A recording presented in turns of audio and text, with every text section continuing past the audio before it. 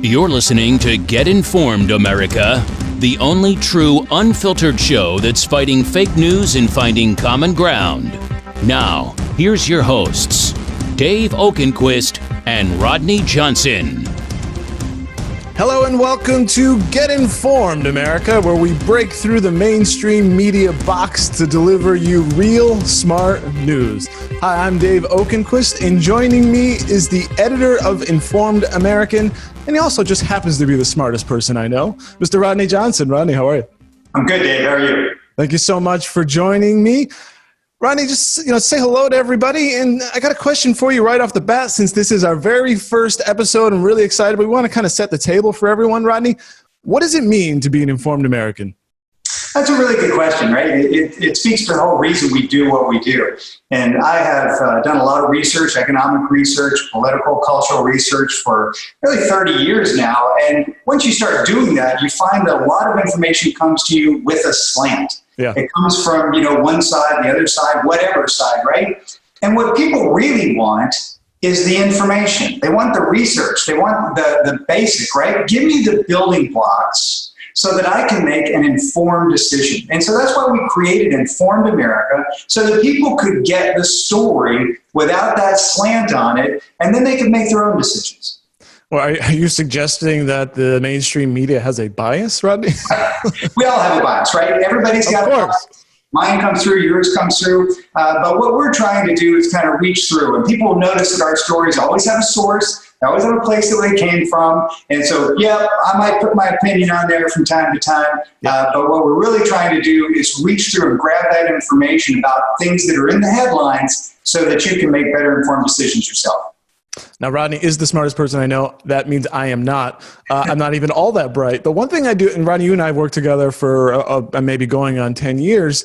And if you really kind of distill, I did as a research analyst and, of course, doing video work with you, Rodney. But if I would describe my job, it was essentially keeping up with, in a sense, current events, and at least in our focus, and paying attention to all the stuff that's going on in the world. And as you know, there is a filter out there, and you kind of have to cut through it. And in this way, what we do here is bring the news that's important to our viewers. And certainly one of your bugaboos, Rodney, is political correctness. Same with me. And the phrase you said, I believe, was it kicking it to the curb? And I think I like that. And that's what we want to do, right? People get excited about the words, right? They want to turn something off just because somebody used a turn of phrase or they referred to something in a certain way. They're like, well, that's kind of silly, right? We still want the information.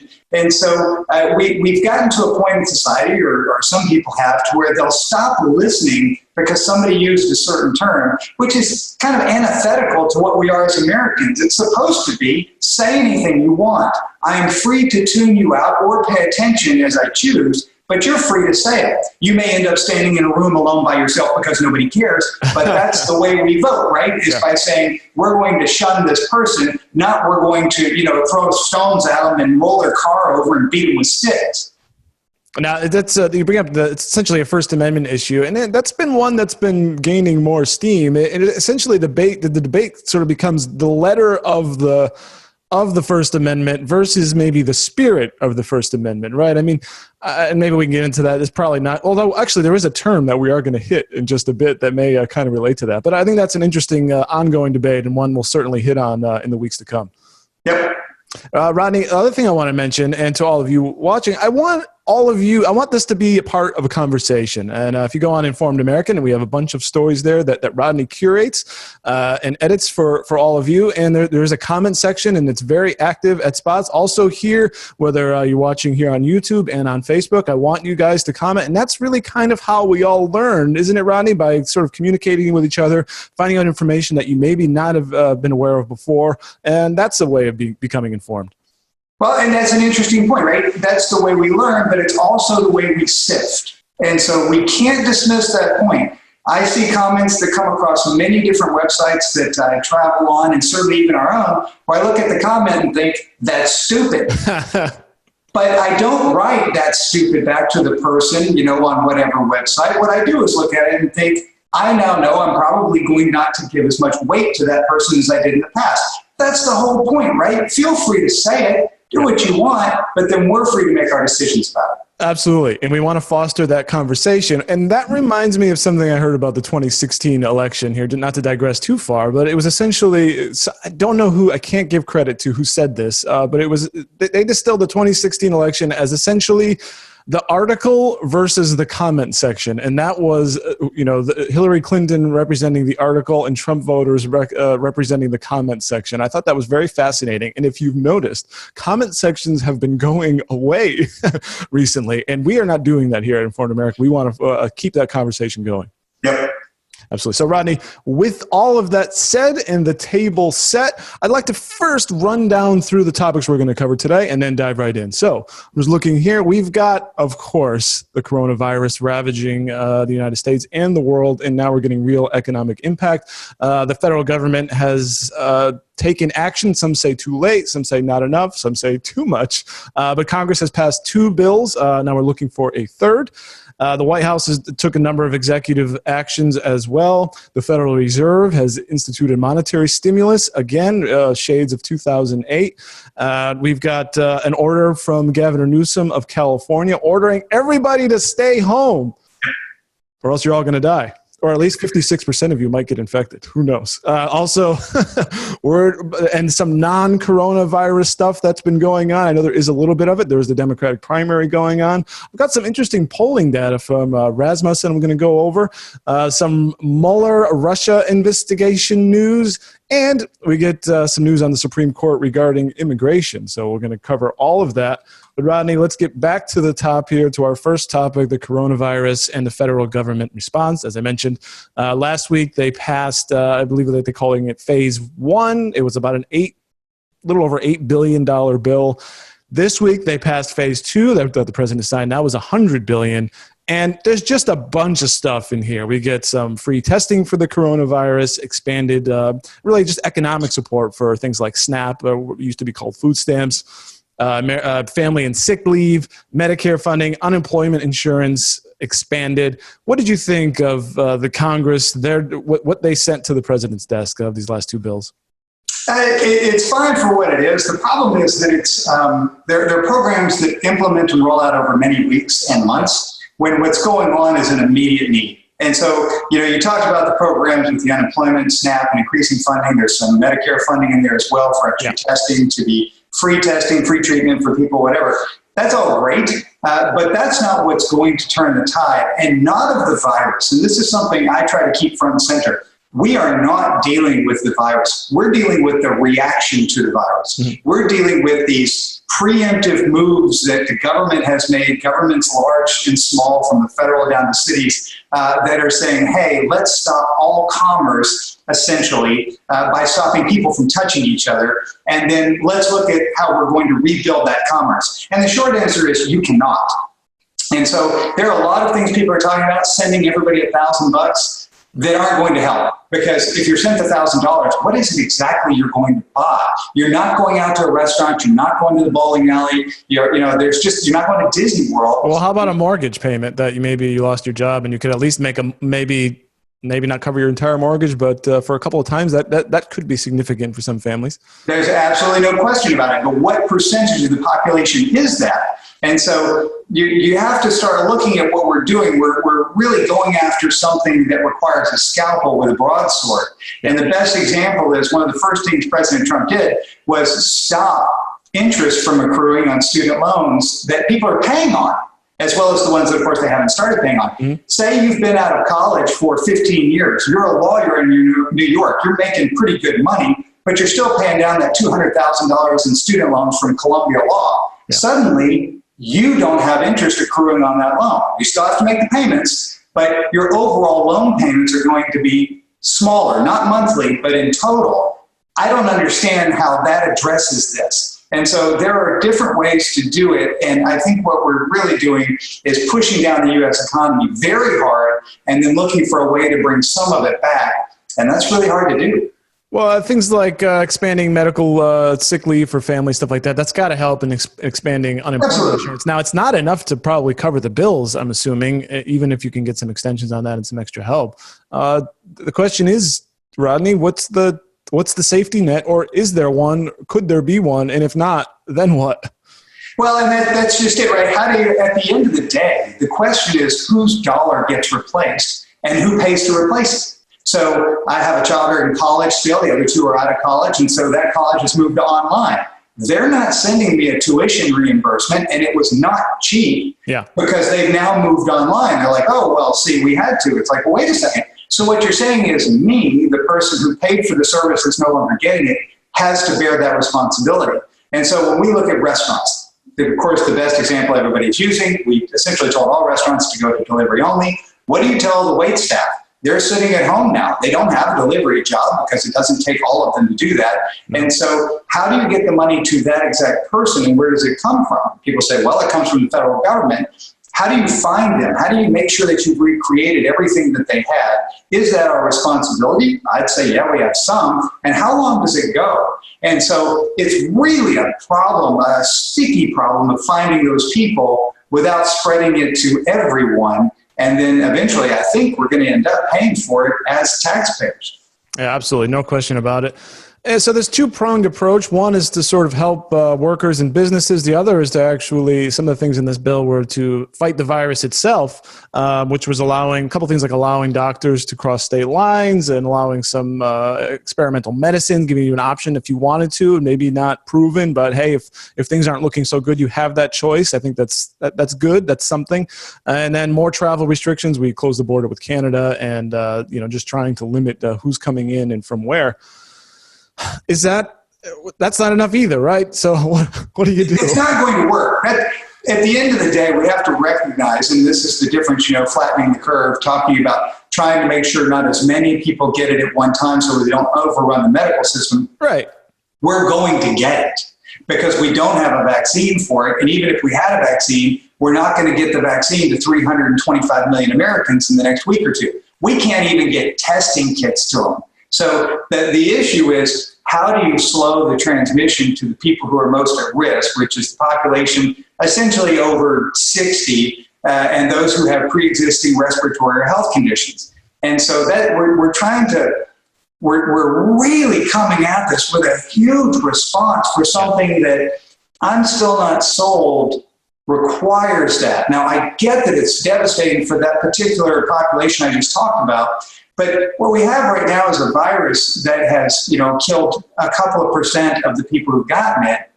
But we only have numbers on those who've gotten it from a very small group, the ones we've already tested. We're only testing those people that are showing symptoms. We know that the regular flu, influenza, infects about 40 million people a year and kills about 4,000. That's just in the United States. It infects about 400 million people a year around the world. And so this virus has infected a couple of 100,000 that we know of. Chances are it's infected well over 1.5 million, closer to 2 million. Yeah. They just haven't been tested. They recovered. We know the ones who died. Those numbers are out there. And so the deaths are set. But the number of people who got sick and then recovered, they're just kind of out there walking around. And by the way, they're immune to it after that. And so I think what we're going to see is the denominator of this ratio grow fairly dramatically as we get more testing, which is going on in the United States right now.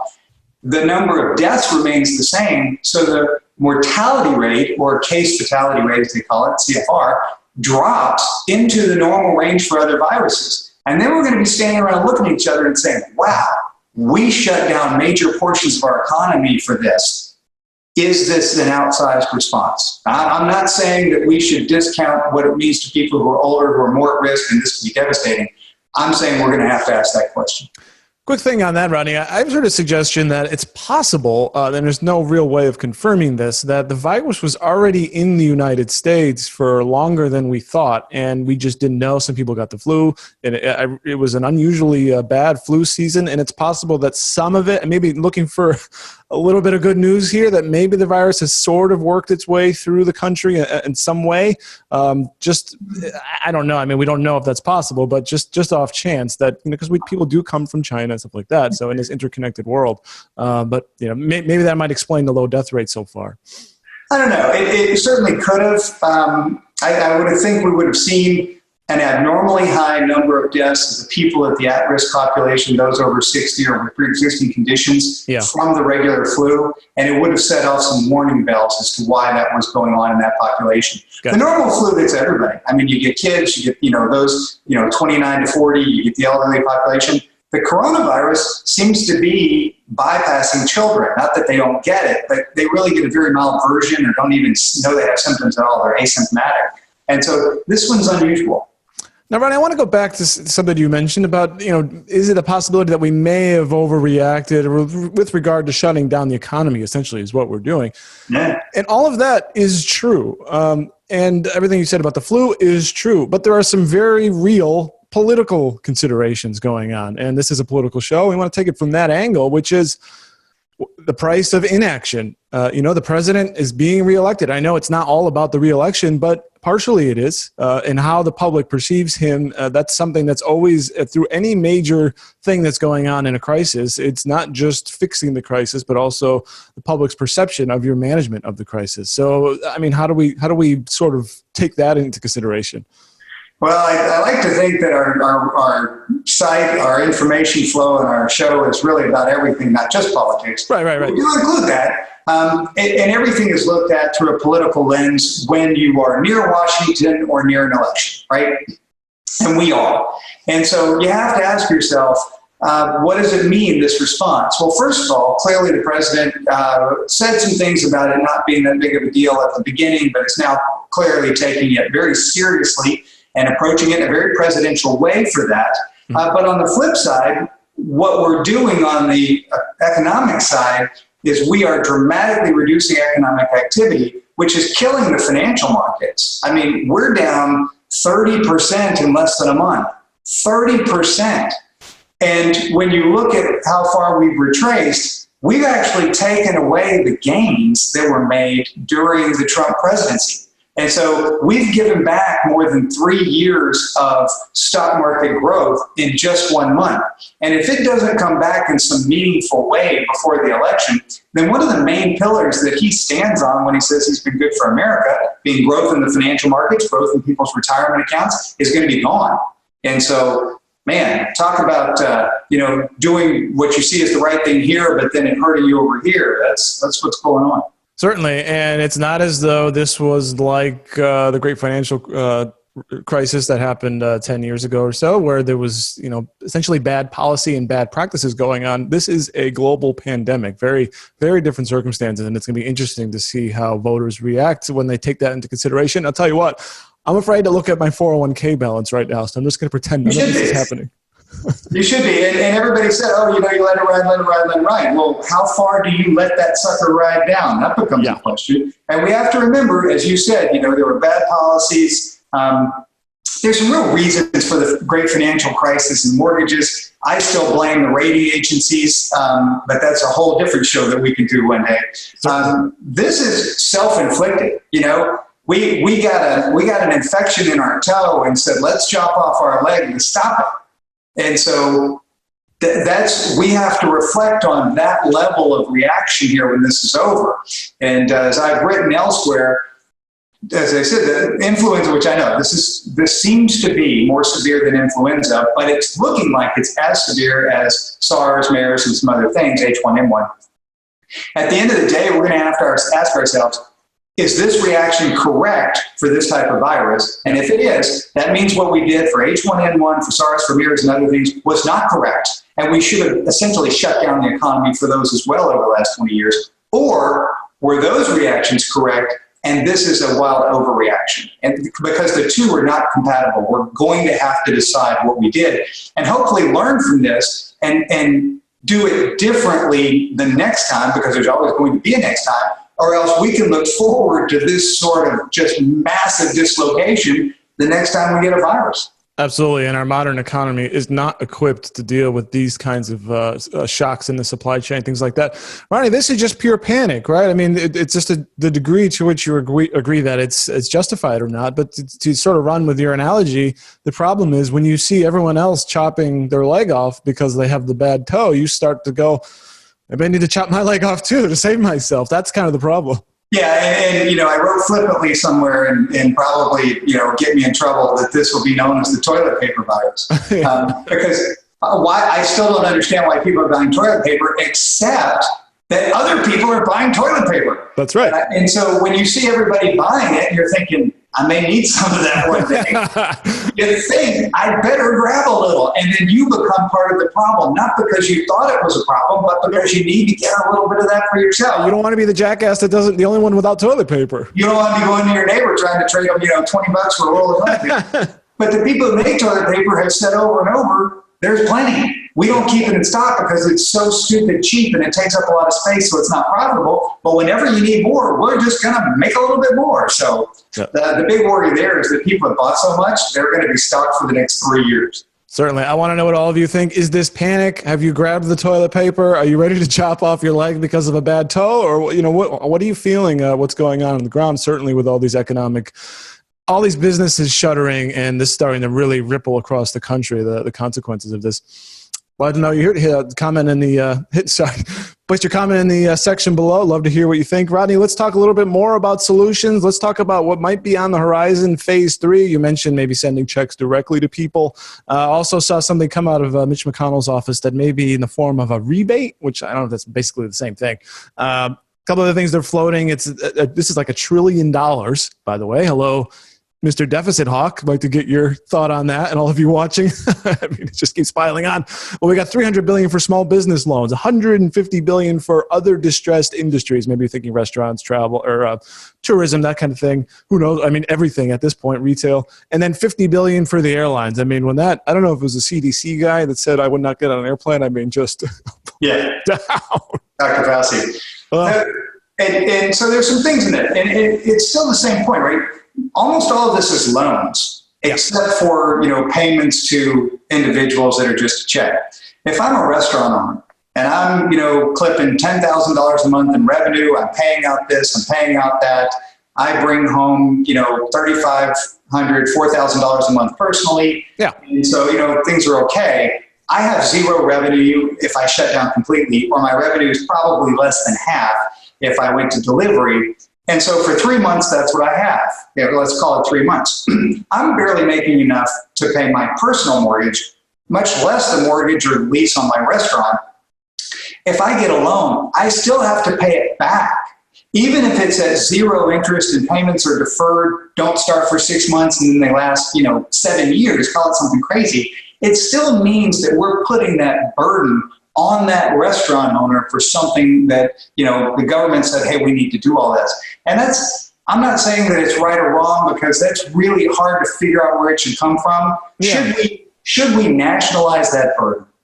And that's the thing that we have not discussed yet. Should we nationalize the burden for that restaurant owner down the street for what we're forcing him to endure for whatever period of time this is? Yeah, curious what everybody watching thinks. I mean, should we take this on collectively as taxpayers, or is it up to every business owner to kind of sink or swim depending on it and hope for the best? I mean, that's really the debate, Rodney. There was some good news that came out. The Maryland Governor Hogan is now allowing liquor delivery to homes. That was banned? That was Texas. In Texas, they said they can do it with restaurants can deliver alcohol as long as it's part of a food order. And so I wonder how many people are ordering a loaf of French bread and a 6-pack. So I don't know. A bag of Fritos. Rodney, there's also a suggestion from President Trump that if a company takes bailout money from the federal government, that the government may want in return an equity stake in that company. What do you think of that? Talking about getting into nationalization. That was floated during the financial crisis, and I don't think it's terrible as long as you set parameters around it. It's non-voting stock that will be sold in blocks over a period of time, to where the government's not a long-term owner of, American Airlines or Boeing or something. But the taxpayers should be given a chance to get some money back on that. And that was one of my biggest problems with the car industry when it got bailed out, and everybody said, oh, you made some money. It's like, we made a nickel and we gave them $50 billion. And what we really did was bail out the pensioners, right? So I think there are better ways to structure that where we can actually get some benefit. some suggestion that we may be seeing another political realignment, or maybe the completion of the political realignment from 2016, because what we're seeing is that there seems to be a conflict. Maybe the president is almost leading. He's going full populist here, is what I want to say. And you get some suggestions even from some of his allies, like Lindsey Graham. They're not on board with all this stuff. They don't want to send. It's more of a traditional. It's the Republican Party pre-Trump. They're still going on. They're not really. He's kind of dragging them along to that point with going full populist, send money to the people kind of thing. Well, and you mentioned deficits and deficit high. That's because some of these people are actually looking further down the line, right? Yeah. But because our deficit for this fiscal year, which is October 1 through September 30, was expected to be $1.4 trillion before all this happened. And so if you add on another $1 trillion, say you get half of that spent in this fiscal year and then the other half next, you're looking at another $500-600 billion. So you're up around $2 trillion. But guess what? That's before you have wildly lower tax receipts because business stopped. Mm-hmm. You have wildly lower personal income tax because unemployment shot up. And who's going to be paying capital gains tax for the next 2 or 3 years? And so I think you're looking at deficits that are 2.5, closer to $3 trillion, probably $5 trillion over this fiscal year and next fiscal year combined, way outside of what anybody expected, and quickly getting us toward that $30 trillion mark for an economy that's retrenching from, let's call it 23 trillion in GDP, closer to 21, 22. And so I don't want to get too bogged down in all the numbers, but the point is the deficit's going that way, whereas GDP's going this way, and that's not what you want. That's some of why you've seen bonds be kind of weird, and particularly mortgages. Mortgage rates trended higher over the third week of March. We went from about 3.5% on a 30-year mortgage to 4.3. I know those aren't big numbers, but the move is big, and it's because banks are looking at it and going, wait a second, if we have deficits so huge, eventually interest rates are going to have to go up, and we don't want to be stuck with all these 30-year loans we made at these ridiculous low levels. And so there's a lot that goes into this other than just giving people money today. Some point we got to pay it back. And I'm telling you, informed Americans are going to be writing those checks to the tax man for a long time. Absolutely, Rodney. I mean, what are we looking at here? Are we looking at, of course, deficits then become debt? We're looking at like a World War II level kind of debt, that huge spike, that kind of a shock that then comes down, or is this just a permanent thing where, like you said, we'll be writing checks till we die? I don't think it's permanent because this is kind of a one shot and done, right? The thing we haven't talked about in terms of solutions is medical solutions. We're not just sitting around, right? People around the world are working on both vaccines and therapeutics, and vaccines won't be here for a year because you have to set them up, test them, and do the other things before you can roll them out. However, if we get a notable therapeutic, something that knocks down coronavirus to the normal flu level or less, then you're going to see all of this unwind. And that's what I've been kind of looking for and not counting on, but I think is going to happen faster than people realize, because the Trump administration has done some really good things in lowering regulations in other areas. And they've told the FDA, let people go. If somebody has a drug that they can show is safe, which typically means it's been used for something else for years, and we know how it behaves in people's bodies, and they think it's going to work on coronavirus, go test that darn thing and see what happens. And that's what you want to have happen. And so there are a lot of drugs that's called off-patent that are being tried right now. Some of them didn't work. Some of the antiretrovirals for HIV, they were tried in China, they didn't work. The malaria drug that people, who read our information and hopefully watching this show, when they were in the military and were stationed in areas that potentially had malaria, they had to take all those pills. Well, guess what? The French did a small test and showed that it was fairly effective against coronavirus. In China and South Korea, it's standard operating procedure to give people who are suffering with severe cases from this that malaria drug. It is cheap. And so there are things we can do to at least knock this down that I think would hopefully get rid of this panic, and we can lift all of this crazy lockdown, quarantine, stay-at-home stuff and get back to normal so that the money doesn't flow out the door. The really big point is, oh my goodness, let's not spend $1 trillion plus on something that's going to go away in less than 45 days. At least it's a big concern. That doesn't mean the virus goes away. It means that we're able to knock it down on people who are otherwise susceptible to really bad outcomes. Absolutely. I'm curious what everybody thinks about this proposed $1 trillion, essentially economic bailout for the country. Should Congress pass this? Should the president sign this? Should we look for other solutions like Rodney's suggesting? I want you to let us know in the comment section below.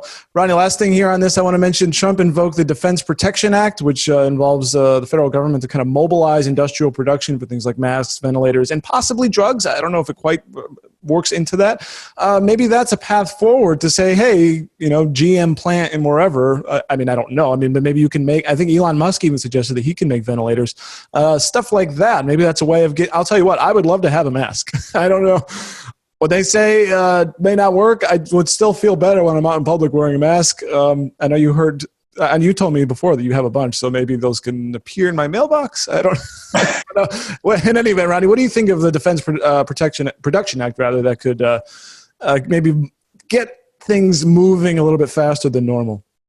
Well, first of all, I have a number of masks, but I have them because I do yard work with some pesticide stuff for mosquitoes here in South Texas. I bought them from Home Depot 2 years ago. I didn't buy them recently.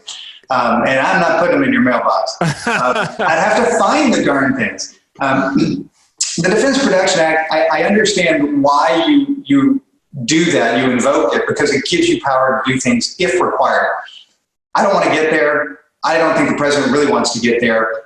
Private industry is doing this. The Jean Maker 1083 started sewing masks. Guess what? Nobody's buying jeans. They have all these seamstresses around. They have tailors. They know how to sew stuff. They're making them. There's a distillery in Kentucky that said, well, we're not making spirits, but guess what? We know how to chemically combine things. They're making hand sanitizer. Excellent. So they asked the government, hey, can we do this? And normally a review process that takes 3 weeks took 2 days. They said, knock yourself out, get it on the shelf.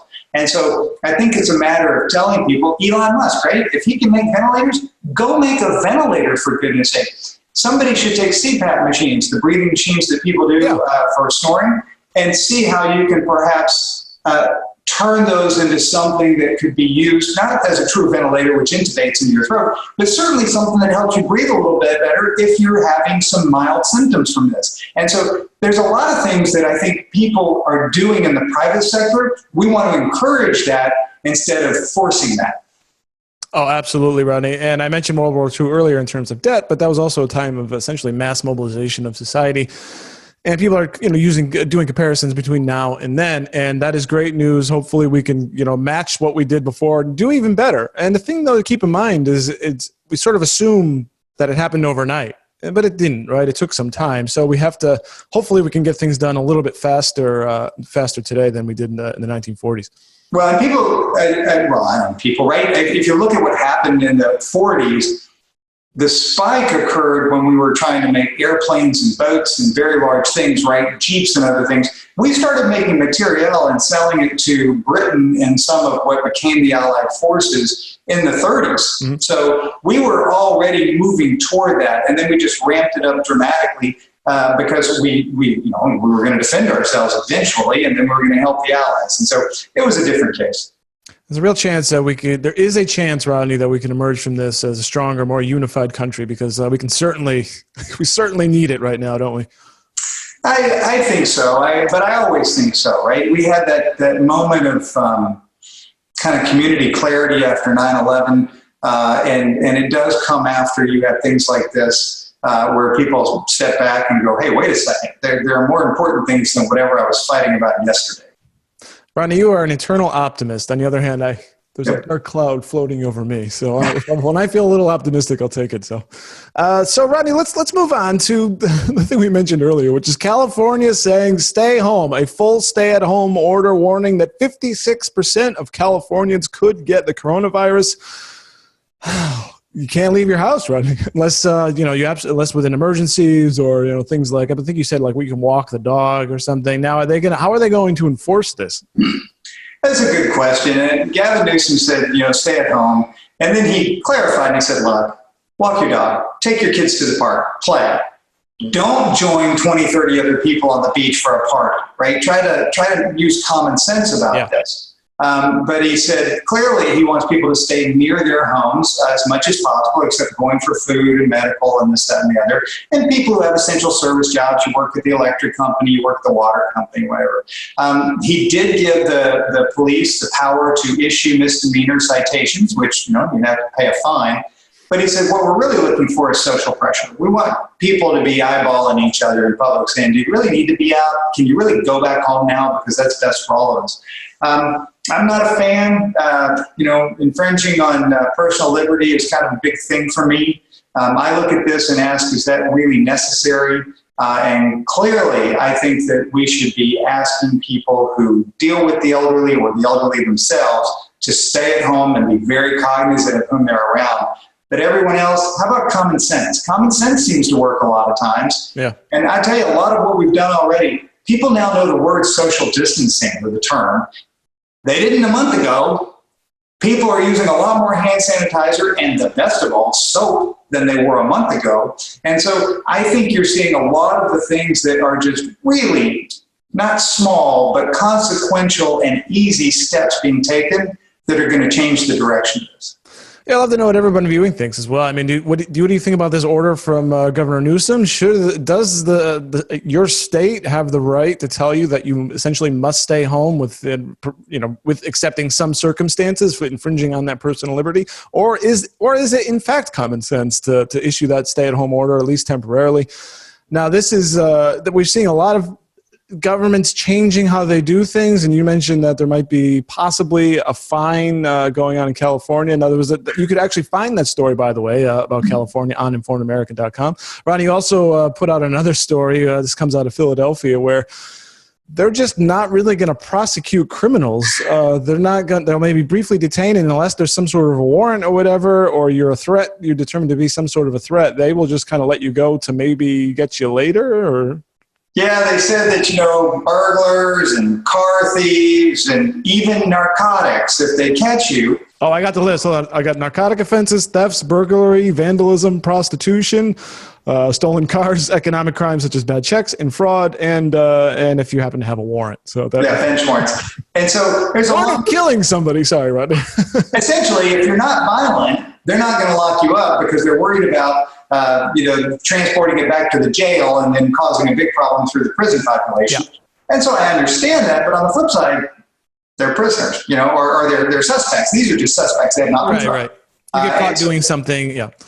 The idea is, you kind of see where somebody would bring it up, but then wouldn't somebody else go, wait a second, that guy broke into my house. He stole my car. And you're saying, well, as long as I can verify who he is, validate his ID, I'm going to say, okay, I'm going to issue a warrant for your arrest eventually, one day. Well, when's that one day? Is it, 4 months from now, 4 years from now? I don't know. But if you look at it, these cities don't have enough policemen to begin with. City budgets have been stretched for a long time. Right, so everything is strained now. Yeah, so you're telling me the city of Philadelphia in 4 months is going to go back and use their manpower not to worry about current crime, which is going on 4 months from now, but to go deal with all this previous crime. Yeah, I'm not. Well, it's going to encourage crime then. That's the thing. I mean, do we need to start, putting the shotguns outside of our windows if this is going to happen? Otherwise, the cop comes up, writes the thing and says, that's coronavirus, so who cares? I mean, what's going on here? This is going to lead to anarchy and chaos, no? Well, it is Philadelphia. It's not like it was the safest city to begin with, In Baltimore, I don't think they stop you unless you have a gun. And even then, I'm not sure they stop you if you have a gun. It wouldn't play in Texas. In Texas, there's a lot of people who already have guns, and you're actually legally justified. I'm not saying that it's morally right, but hey, we all get to choose on that. But you are legally justified to shoot somebody if they're trying to steal your car at night. They don't have to be hurting you. They just have to be going after your car in the park. So well, different states have different ways of doing things. Absolutely. Curious what you all think about Philadelphia's decision to decline. I mean, just let crime happen, I guess is what I want to call it. I mean, is this the right move in the name of I mean, you can't call it public safety, but I guess to just stop the virus from spreading within the detention centers, essentially. I got a suggestion. How about we make everybody in prison take the malaria drug, just like we make everybody in the military take it if they're going to be deployed to one of these places, and then arrest them anyway? How about we do that? How hard is that? Yeah. Well, that's like, so we'll just use the prison population as test subjects. And also as, I guess, cheap labor, because I believe in the state of New York said they had a way of making their own hand sanitizer. Maybe that came from 16-cent an hour prison inmates making that sanitizer. So they have a workforce. They're doing that down here in Texas as well. Fort Bend County is using county jail labor to make and distribute hand sanitizer. Crazy. Now, Rodney, let's move on to the Democratic primary. There was a vote in Florida amidst all the coronavirus chaos. And the bottom line here, Rodney, is that Joe Biden has essentially captured the Democratic nomination. Bernie Sanders, there's news that he suspended his Facebook ads. So that's a sign that things are starting to wind down with the campaign. And if you go to predict it, the betting site, Hillary Clinton now has a higher chance of getting the nomination than Bernie Sanders. Wow. It's only like 5%, but yeah, I find that amazing. But so Biden is the presumptive candidate. We can just kind of start and end right there. Tulsi Gabbard dropped out; she threw her support to him, so it's Joe Biden. So it's I mean, nothing there. I mean, we're just I want to say this. For all of Bernie and the political revolution, he kind of folds at the end. I mean, I would expect a little bit more fight going from 2016 to today. Well, there's a gentleman I worked with many years ago used to say that pioneers get shot and merchants get rich. Okay. And his point was that the people who go first tend to have a bad time of it, but then the people who follow kind of have a path. Bernie Sanders won if his goal was to change the conversation. Mm-hmm. Because if you look at Joe Biden's policies today, he is markedly to the left of where he was even 4 years ago when he left office as vice president, and certainly 10 and 20 years ago.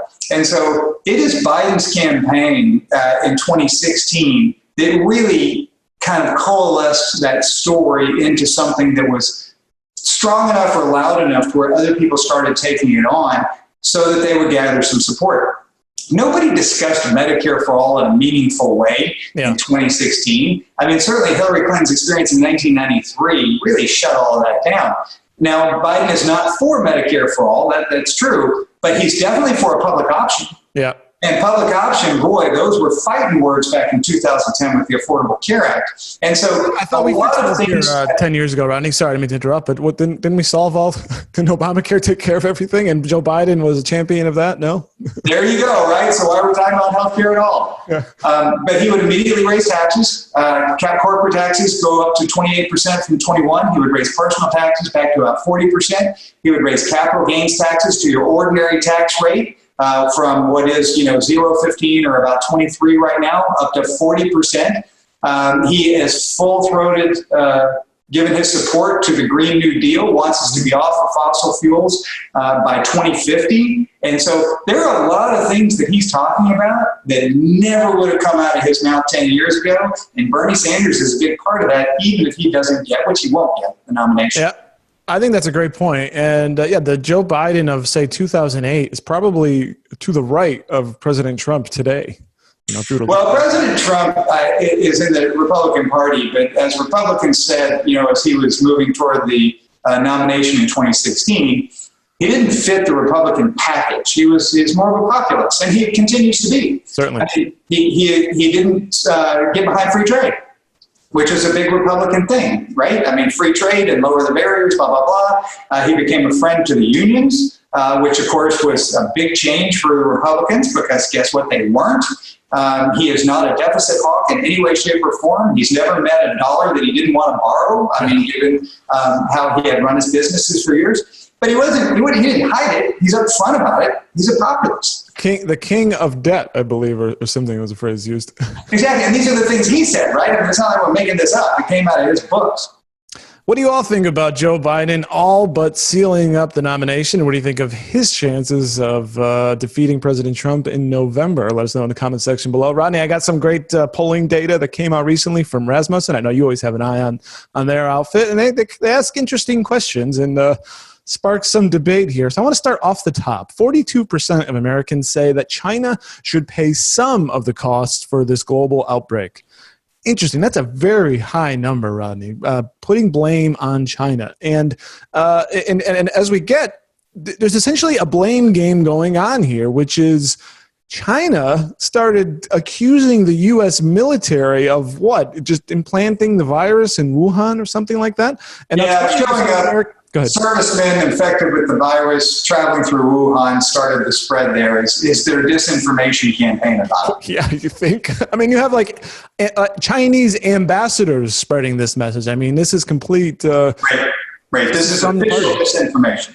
Yeah, absolutely. Propaganda. Now, 28% say that China blaming the U.S. military is an act of war.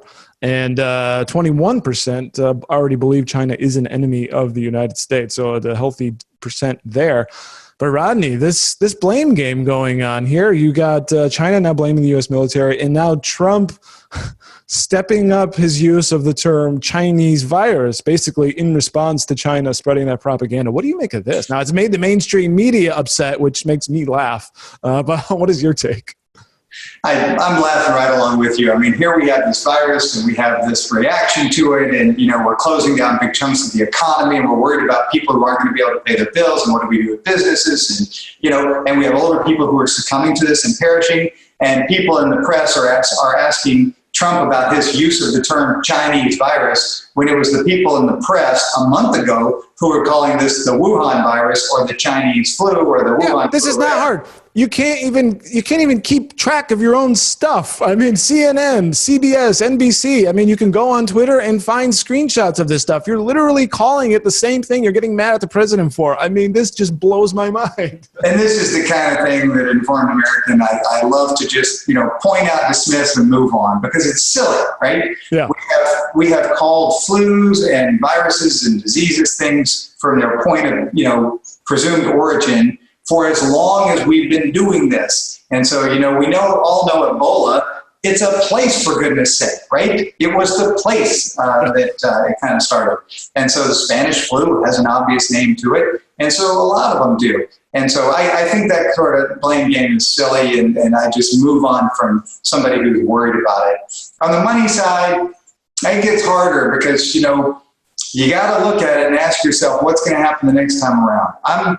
I'm not a fan of the way the Chinese dealt with it. I don't blame them for this virus showing up, of course, but then hiding the information, suppressing it, that sort of thing, to where people didn't really know. That's the thing that really gets me. I don't know what you do about it other than essentially keeping better track on the Chinese as you can and trying to distance yourself from them.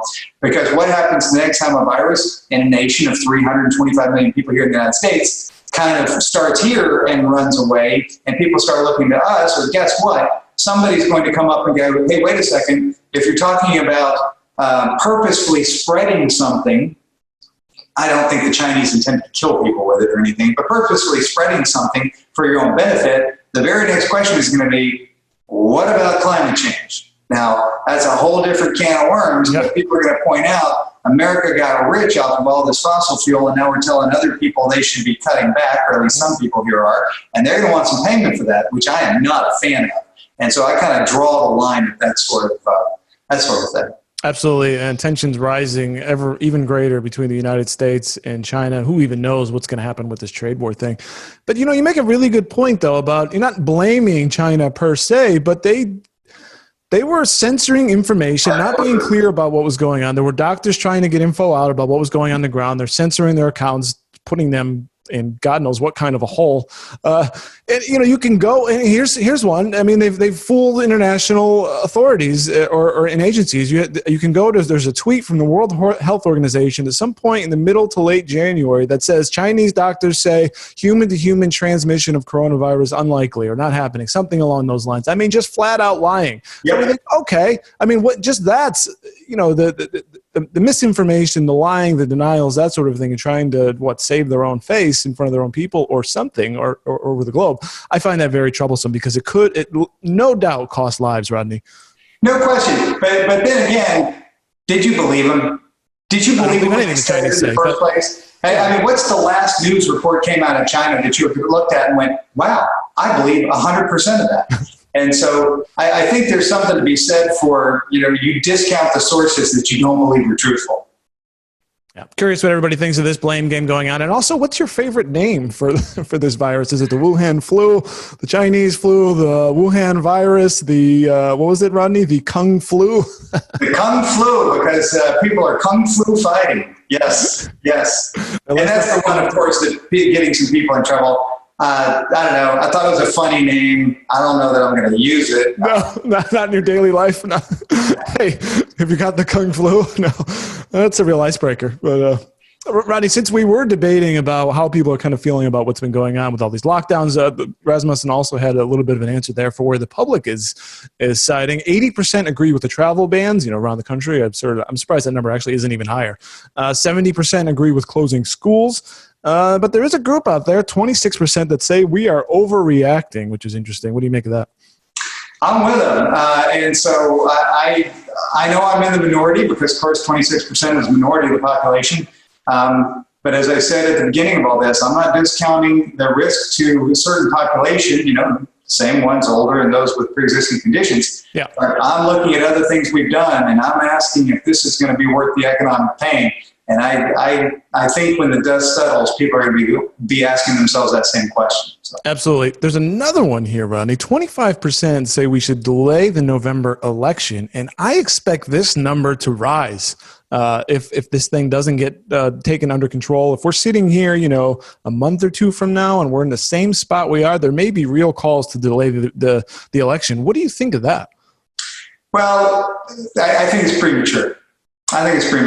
Because talking about the elections, that are going to happen the second Tuesday in November today, and something that tends to be seasonal. We don't know if this will be, but tends to be seasonal, that we're working on therapeutics and vaccines for, and that we've taken incredible steps to mitigate the transfer.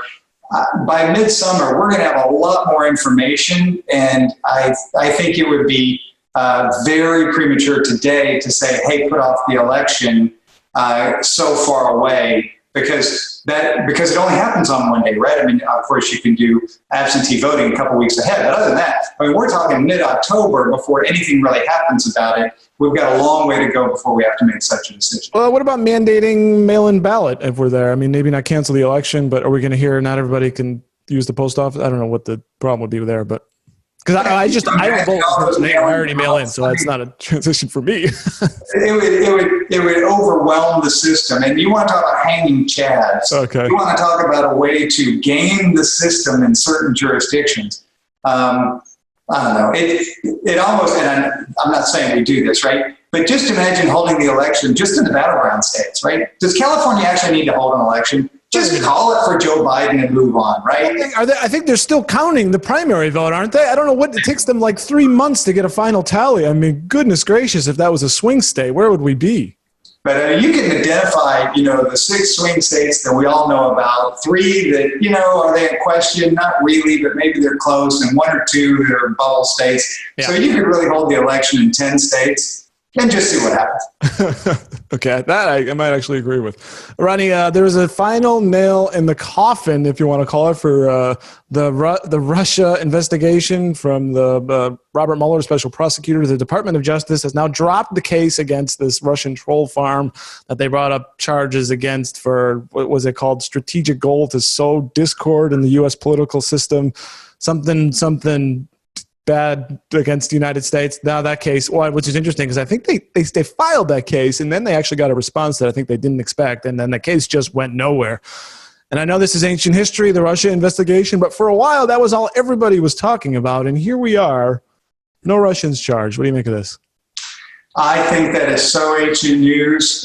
It's important because it shows that nothing was out there that was concrete and provable. I don't, as Mueller said, he doesn't think any American colluded with any Russian on any of this. But he thinks that some Russians were trying to, of course, affect the U.S. elections. And to that, most everyone I know would say, yeah, because the Russians try to, meddle wherever they can. And guess what? So do we. We've been famous for meddling in other people's elections for a really long time.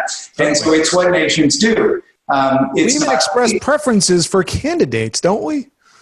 Well, as foreign nations, and so that's the difference, right? You're not allowed to take monies from a foreign firm for an election in the United States. That's a clear, bright, illegal line.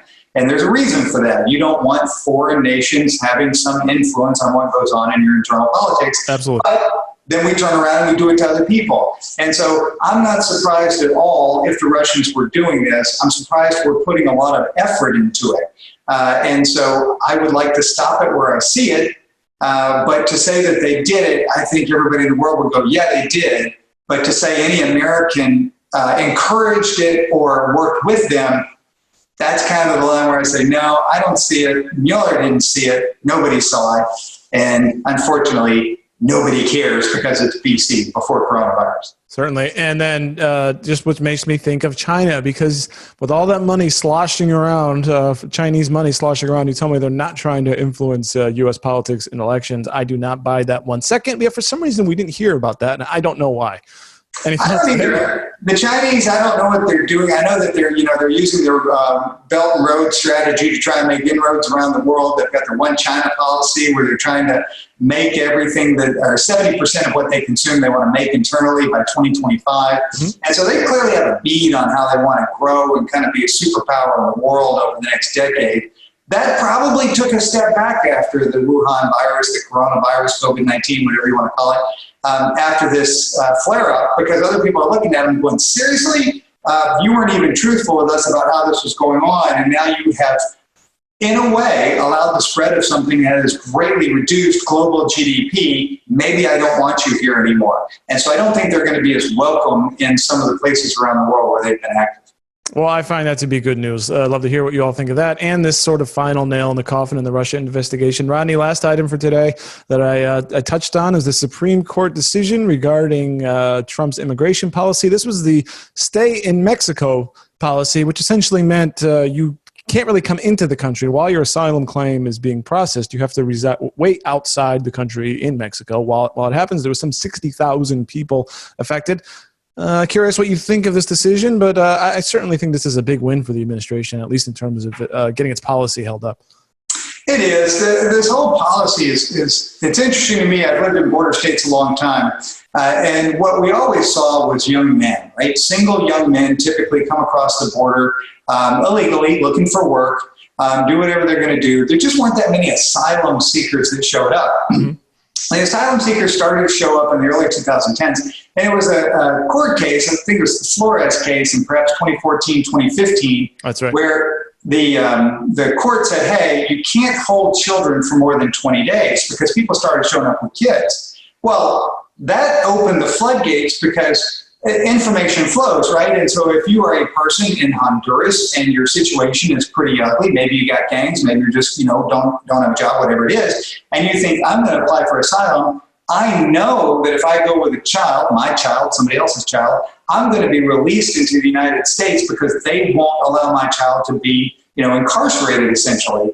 And so it started this flood of people. It's a really, really recent thing that we had these hundreds of thousands of people showing up on the southern border applying for asylum, and we were struggling to do something with them. And so we kind of worked through that, and when you get what's called the Migrant Protection Protocol, which I think is an Orwellian name, right, because you put them in Mexico where I wouldn't want to be for a long period of time. Right. But what you've really done is tell people who are trying to get here to apply, it will not be easy, the road is long, it will take time. And so you've made it less attractive to show up in the first place. And that's the biggest win because you stop that flow of hundreds of thousands of people showing up on the southern border, overwhelming our facilities and our ability to deal with it. And so from that standpoint, yeah, that's a win. Yeah, it will act as a deterrent. And certainly the idea of not being able to set the goal is to be able to set foot within the United States. Once you get your foot in there, then you enter a whole different set of protocols about your removal. But being kept out certainly changes the game dramatically. Right. And part of it is, what are the facilities, right? What are you going to do with them here? And so if you just say, hey, live over there, you're not incarcerating them. You don't have that responsibility for them. But that's what the other side argument is you're putting them in a place where they're somewhat at risk. And it's like, well, wait a second. Then I've got to assess, what is my big protocol here? Am I supposed to be responsible for anyone who knocks at my front door? Not comes in, but just knocks. Certainly. What do you think of the Supreme Court decision? Let me know in the comments below. And what do you think of all the topics that we covered today? Curious to hear. Become a part of the conversation. I want you all to become informed Americans, and you can do that by subscribing to this channel for more content and going to our site, informedamerican.com. We already highlighted a few stories from the site, and many of them are, if not all of them, are put up by Mr. Rodney Johnson. So I appreciate you coming here. Rodney, what are you looking at maybe down the road, and some of the things you're eyeing on in political news and just news around the world? Well, I think we've hit on a lot of it. I'm looking for the therapeutic development for the coronavirus, or perhaps a greater move toward this malaria drug, this chloroquine or the hydroxychloroquine. I think those are going to be big deals. I think it's going to be a big deal in the markets when this hits. And when we see the unemployment numbers the first week of April, that's taking essentially this week, the unemployment survey is taking this week, I think it's going to capture people's attention when it shoots up, I believe, near or over 10%. And so, we're all going to be taking a deep breath about that. On the political side, I wish we would get more engaged on that and really flesh out how things might change if we have a Biden presidency, which is, clearly a potential. I mean, he leads in national polls, and I understand people look at polls and say, well, they don't mean anything. They didn't predict Trump. But there was this idea of people not showing up to the polls for Democrats because everyone assumed Hillary would win, and they really hated the way Bernie was treated by the DNC.